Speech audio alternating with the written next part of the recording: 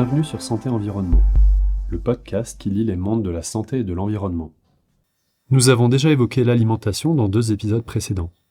Pour parler de ce sujet aujourd'hui, nous avons le plaisir de recevoir Séverine Villemier, professeure en santé environnementale à l'École de la Source à Lausanne, et Angéline Chatelain, professeure ici même dans la filière nutrition et diététique. Vous vous intéressez dans le cadre d'un projet commun en lien entre alimentation, prévalence des maladies non transmissibles telles que le diabète et les maladies cardiovasculaires et impact sur l'environnement. En préambule, pourriez-vous nous rappeler les impacts multiples de l'alimentation sur le climat ? Séverine Villemier. Oui, très volontiers. Merci beaucoup pour l'invitation. Je suis ravie de pouvoir partager sur ce thème qui me semble assez important. Et d'ailleurs, je voulais rappeler l'importance de cette thématique, de l'impact des activités humaines, y compris l'alimentation, sur le dérèglement climatique. En avril dernier, la Cour européenne des droits de l'homme a condamné la Suisse pour son inaction face au climat. Et je pense que ça, c'est un signal assez fort. La Suisse a été condamnée, d'autres pays auraient pu être condamnés. Mais pourquoi elle a été condamnée ? Parce qu'elle a violé les droits de l'homme face à la protection de sa population en lien avec les effets néfastes du changement climatique. En particulier sur des aspects de santé, de bien-être et de qualité de vie. Je pense que c'est intéressant de remettre ça au centre et de se poser la question, finalement, notre alimentation, quelle est sa part de responsabilité dans cette problématique ? En Suisse, l'alimentation, c'est 23% de l'empreinte environnementale. En comparaison, l'habitat, c'est 24%. La mobilité, c'est 12%. Donc, on a un impact direct en lien avec l'alimentation sur notre climat. Malheureusement, on a aussi des impacts indirects. Les capacités de nos écosystèmes à garantir un air de qualité, mais également une eau de qualité, sont largement péjorées par nos pratiques agricoles. 35% de la surface terrestre est utilisée pour les pratiques agricoles. Si on pense aux mammifères, aux oiseaux qui existent sur Terre, on se dit il y a plein d'éléphants, de girafes, qui gambadent partout sur la Terre, mais en fait, ces espèces sauvages, c'est 5%. Et face à elles, 60% dédiés à la production animale. Je crois que ces chiffres, on ne les a pas toujours en tête. Donc, on a aussi des impacts indirects sur nos écosystèmes et leur capacité à avoir un environnement sain et à purifier notre environnement. L'impact aussi est sur la santé, et je crois que c'est l'objet de notre discussion aujourd'hui. L'Organisation des Nations Unies pour l'alimentation et l'agriculture a publié en novembre 23 un rapport qui, pour moi, était assez éloquent, dans le sens que les coûts cachés des systèmes alimentaires s'élèvent à 5 $ par jour par personne au niveau mondial. C'est incroyable, 5 $ par jour par personne au niveau mondial. C'est des sommes astronomiques qui sont liées à la mauvaise qualité de l'alimentation qui est produite dans des conditions qui sont peu acceptables, générant des pollutions. Voilà peut-être un enjeu sur lequel il faut s'atteler, c'est l'alimentation. Rappelons peut-être que beaucoup de personnes sur la planète vivent à moins d'1 ou 2 $ par jour. Donc ce 5 $ rend la chose parfaitement très élevée par rapport à une partie de la population. Tout à fait. Mais c'est vraiment le coût sanitaire. Donc c'est plutôt un coût qui se répercute sur les autorités, les gouvernements, et la gestion en fait de la santé de leur population. Et donc on pourrait éviter de générer des maladies et de générer des coûts associés en ayant des pratiques agricoles et des comportements en lien avec l'alimentation qui sont plus durables. Alors justement, pour tester les associations qui existent entre alimentation et santé, vous vous appuyez, je dis vous les deux, sur une enquête qui s'appelle Colos Psycholos, vous me corrigerez si je le dis pas bien. Est-ce que vous pourriez rapidement, en des termes simples, nous décrire cette enquête, Angéline Chatelain ? Oui, volontiers. Donc, du coup, c'est une étude qui se passe à Lausanne. Et puis, en 2003, ils avaient invité 7000 Lausannois à participer à cette étude. Et puis, ils ont rempli des questionnaires de santé, et puis ils ont aussi passé des examens médicaux. Et puis en 2009-2012, donc aussi un grand nombre de participants à cette étude ont rempli un questionnaire alimentaire pour décrire un peu qu'est-ce qu'ils mangent. Donc il y avait environ une centaine de questions, aliment par aliment, pour savoir à quelle fréquence et quelle quantité ils mangeaient. Et puis, donc depuis 2003, ces gens sont toujours suivis. Et puis malheureusement, parmi les 7000 personnes, certaines personnes ont développé des maladies et d'autres sont décédées au cours de ces 20 années de suivi. Et puis nous, notre but en tant que chercheurs, donc on essaye de comprendre quels sont les types d'alimentation, quels sont les groupes d'aliments qui sont associés à une meilleure santé et aussi à une plus longue espérance de vie. Et puis justement dans le projet qu'on fait avec Séverine et aussi Laïs qui travaille avec nous, on a essayé de regarder est-ce que les gens qui ont une alimentation flexitarienne, donc flexitarienne ça veut dire riche en produits d'origine végétaux comme les fruits, les légumes, les légumineuses, les noix, et qui sont pauvres en produits d'origine animale, on dit qu'il faudrait consommer entre 0 et 2 à 3 fois par semaine de la viande, ben, est-ce que c'est associé à moins de maladies cardiovasculaires et puis aussi moins de mortalité précoce en fait. Et puis ce qu'on s'est rendu compte, c'est qu'à Lausanne, on a pu montrer qu'il y a environ 30% de moins de chances de mourir plus jeune que prévu si on avait cette alimentation flexitarienne.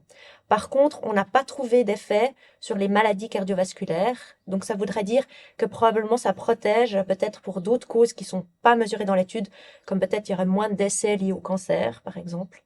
Voilà, donc c'était vraiment intéressant de voir que aussi en Suisse, on arrive à démontrer que cette alimentation flexitarienne réduit de 30% le risque de décès prématuré. Alors justement, vous dites en Suisse, vous vous intéressez au régime des Suisses, au régime des Lausannois, des Lausannoises. À quoi ressemble le régime suisse en comparaison internationale? Oui, alors ça a été assez bien étudié parce qu'il y a des études dans tous les pays, quoi, dans la majorité des pays, en tout cas à haut revenu, mais aussi à moyen et bas revenu. Et puis on peut dire que la Suisse, globalement, à l'échelle mondiale, fait assez bien. Donc l'alimentation suisse est quand même globalement bonne. Notamment parce que c'est très lié au niveau socio-économique. Donc la Suisse étant riche, étant un pays avec beaucoup de gens qui ont des diplômes, ça fait que voilà, on mange globalement bien et puis ça contribue aussi à... En Suisse, on a une des espérances de vie les plus élevées au monde, donc l'alimentation correspond. Et puis s'il fallait noter des points positifs, donc on pourrait dire qu'en Suisse, on consomme quand même peu de soda, peu de boissons sucrées. Si on compare aux États-Unis ou même par exemple en Belgique, Pays-Bas, on consomme quasiment 2 fois moins. Et puis aussi, on consomme pas mal de fruits et de légumes, des produits frais notamment. Puis c'est vrai, on parle toujours des 5, alors on est quand même un peu loin, mais on est à 3 portions, ce qui est déjà mieux que le reste du monde. Mais après, bien sûr, il y a toujours une marge d'amélioration, bien sûr. Et puis, on voit par exemple notamment la viande qui a vraiment un impact sur le climat, notamment la viande rouge. Eh ben, on est plutôt à 1 portion par jour, alors qu'il faudrait manger 2 à 3 par semaine. Donc, on est 3 fois en dessus des recommandations. Si on s'intéresse aussi par exemple à l'alcool, on est plutôt pour les hommes à 4 portions, les femmes 7, et on sait qu'on devrait plutôt être en dessous de 10. Donc on voit que là... Portions par semaine. Voilà, donc ça voudrait dire on est plutôt à 2 verres par jour et 1 verre par jour pour les dames, 2 verres pour les hommes, et puis on devrait plutôt être à moins en fait, à moins de 2 et moins de 1 pour les femmes.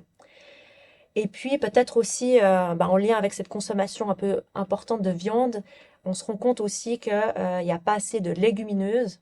Donc c'est tout ce qui est haricots, tout ce qui est pois chiches, lentilles, et ça devrait, c'est un bon remplacement pour ceux qui cherchent à remplacer la viande. Voilà. Alors vous mentionniez juste avant, vous parlez du niveau socio-économique. Donc vous vous interrogez entre autres sur la façon dont les différentes classes sociales mangent. Alors dans la distinction de Pierre Bourdieu, le sociologue estime que la forte consommation de viande et de charcuterie chez les ouvriers est l'une des composantes majeures de cette classe sociale. Est-ce que c'est encore quelque chose que l'on observe? Est-ce qu'il y a des changements presque 50 ans plus tard? Alors il y a quand même quelques changements. Donc Principalement, ceux qui consomment le plus de viande en Suisse, c'est les hommes, donc plus ou moins 140 grammes par jour, ce qui est plus ou moins 2 fois plus que les femmes. Donc, c'est surtout les hommes qui sont des grands consommateurs, et puis aussi plutôt les personnes jeunes euh, que les personnes de 60 ans et plus. En général, ces personnes-là consomment moins de viande. Et puis, après, il y a d'autres indicateurs, mais qui sont quand même moins puissants que l'âge. Et globalement, c'est le sexe, le facteur qui influence le plus la consommation de viande. Donc, on a remarqué que les gens, par exemple, qui font un apprentissage, ils vont consommer généralement un peu plus de viande que les personnes qu'on fait, par exemple, un diplôme universitaire ou dans une autre école. Et puis, si on s'intéresse aux revenus aussi, ça a été démontré en Suisse que ceux qui consomment le plus de viande, c'est ceux qui gagnent par ménage entre 6 000 et 13 000 francs suisses par mois. Et ce qu'on remarque, c'est que les très bas revenus, pour des questions de coût, ils vont consommer moins de viande, parce que c'est quand même un aliment qui est cher.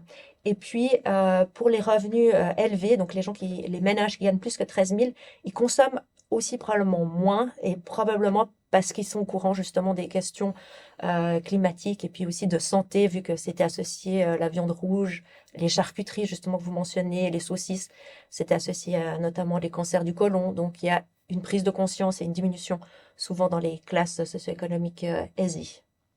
Alors, et est-ce qu'on voit des changements dans le temps par rapport à ça? Il y a parce que là, c'est un peu une image, mais est-ce que on le voit en temps réel, par exemple, la consommation de viande changer, diminuer? Est-ce qu'elle est stable? Est-ce que vous savez ça?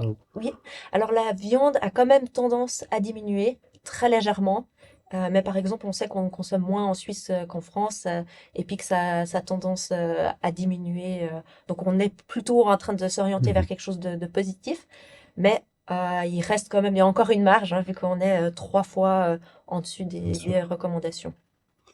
Alors, vous parliez de la viande hein, comme un point à la fois qui touche la santé, à la fois l'environnement. Pour revenir donc à cette question du départ, hein, des impacts de l'alimentation, y a-t-il un moyen, comment combiner respect de l'environnement et de la santé? Séverine Dimier, je crois que vous avez des petites astuces. Alors, j'espère qu'ensemble, on arrive à trouver des solutions qui pourraient être acceptables pour la population. Donc, avec Angéline, on s'est penché sur des recommandations qui ont été proposées par Lancet, un groupe d'experts scientifiques qui ont fait une proposition d'alimentation. C'est un modèle, en fait. Comme Angéline l'a souligné, il est composé de beaucoup moins de viande que consommée actuellement. C'est un peu l'aspect central. Et puis on s'est dit, ben oui, alors là, on a une proposition qui est bonne pour la santé, parce qu'elle assure quand même une qualité nutritionnelle. Je suis pas experte, je laisserai Angéline si jamais compléter, mais elle assure une certaine qualité nutritionnelle. Puis on s'était dit, elle est très très bonne pour la planète, parce que c'est une proposition dans les limites planétaires. Puis on s'est dit, mais finalement, est-ce qu'elle est bonne pour la santé? Et est-ce qu'elle est bonne pour le porte-monnaie? Est-ce qu'elle est bonne tout court? Pour les papilles. Pour les papilles, exactement. Alors on s'est dit, bon ben voilà, on va faire un petit challenge, on va faire un petit concours de cuisine. Comme ça, on pourra avoir une vision un petit peu de ces papilles, mais surtout sensibiliser à l'existence de recommandations, puis à l'existence des enjeux de l'alimentation face à l'environnement. Et donc on a fait un petit concours de recettes pour lesquels on propose aux étudiants des hautes écoles de santé de nous proposer des recettes qui sont en adéquation avec les recommandations de Lancet et qui, on l'espère, seront bonnes pour les papilles. Pour tester cela, on a décidé de faire appel à des décideurs de santé publique, du canton de Vaud en l'occurrence, pour essayer aussi de les sensibiliser à l'existence de recommandations et peut-être des solutions qui sont bonnes pour la santé, la planète et les papilles. Vous parlez au futur parce que c'est un concours qui va être lancé, qui est en cours, est-ce qu'on peut soumettre nos recettes? Alors, le délai vient juste d'être passé, mais honnêtement, si vous êtes très, très motivé à participer à ce concours, je pense qu'on pourrait accepter des participations supplémentaires, mais il faut réagir assez rapidement. Alors, l'appel est lancé. En dernier lieu, comme à tous nos invités, nous vous avons demandé d'apporter un objet. Est-ce que vous pourriez le décrire à celles et ceux qui nous écoutent, qui ne le voient pas, et peut-être expliquer pourquoi vous l'avez choisi? Alors du coup, j'ai pris un livre qu'on utilise dans les études pour évaluer ce que les gens mangent, parce que ça paraît pas si facile. Et du coup, on a ce livre qui est quand même assez grand, il y a environ 200 pages. Et puis, il y a des photos de mesures ménagères, donc globalement des assiettes, des tasses. Et puis, on peut comme ça regarder quand on dit, ah bah j'ai pris un petit verre de coca, bah, qu'est-ce que ça veut dire du coup pour discuter avec les participants aux études. Et puis, on a aussi des photos de portions, comme par exemple quand on veut estimer la quantité de beurre qu'on a mis sur une tartine, c'est pas facile. Et ben, nous avons une série avec 6 photos qui décrivent un peu la quantité. Et les personnes peuvent dire, ah ben voilà, c'est comme la photo 4 ou comme ça. Donc, c'est un outil qu'on utilise vraiment dans toutes les études dans le monde, en tout cas en Europe, on a les mêmes photos globalement. Et puis comme ça nous permet de comparer si les Suisses mangent différemment des Européens. Donc, c'est un livre que j'utilise très souvent. Qui est disponible. Qui était disponible en ligne. Il est pour l'instant en cours, il est en rupture, mais il va être prochainement disponible, je pense, dans les 2-3 prochaines années.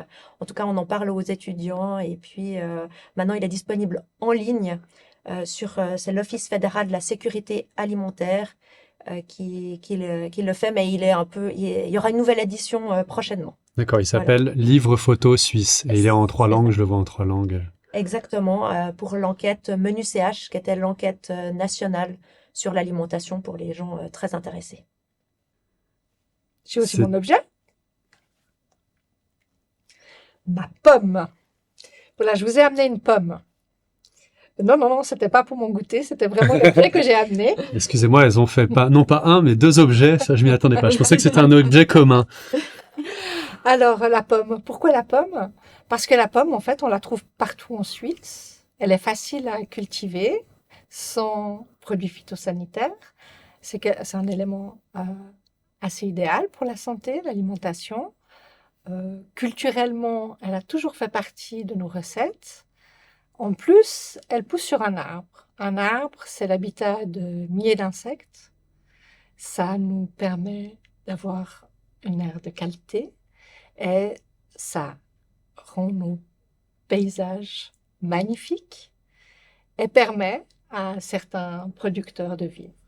Donc, je trouve que la pomme, un objet assez simple, assez savoureux, pourrait être un symbole essentiel d'une alimentation, du respect de l'environnement, mais aussi d'autres aspects socio-culturels de notre pays. Alors, manger des pommes. Manger des pommes. Bio. Merci à toutes les deux. Merci beaucoup. C'était Santé Environnement, le podcast qui lit pour vous les mondes de la santé et de l'environnement.